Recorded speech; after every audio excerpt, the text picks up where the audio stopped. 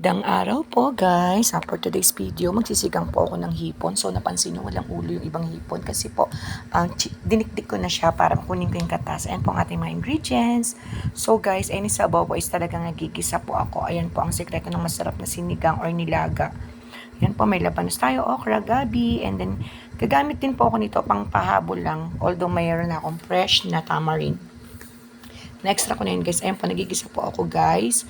So, pasensya na sa usok. So, i-orange ko lang po yung shrimp and then ibubukod ko naman siya later kasi baka ma-overcook po siya guys. Ayan guys. Waiting lang tayo mag-orange-orange siya. Ayan po. And then, inisa-isa ko na po siya. Then, isi-set aside po muna natin. Ayan guys, ayan po, nagsabaw na ako guys, nag-shortcut na ako. Nilagay ko na dyan guys yung head extract ng shrimp and then yung pinakuloan kong tamarind. So, inad ko na po yung mga matitigas na gulay, mga pasaway na gulay na matitigas ang ulo, charot. Ito na po guys, ang ating pasinigang na hipon. Napakasarap po niya guys, promise, dahil all is natural. Ayan guys, so hindi po ako masyadong nag-asim kasi guys, alam niyo na ang acid natin. So, nasa inyo na po yan, yung pag-a-add ng maasim or ano. Ayan guys, ito na po ang ating pa-plating. Thank you guys.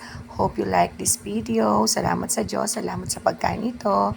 God bless sa ating lahat. Love you all. Mwah.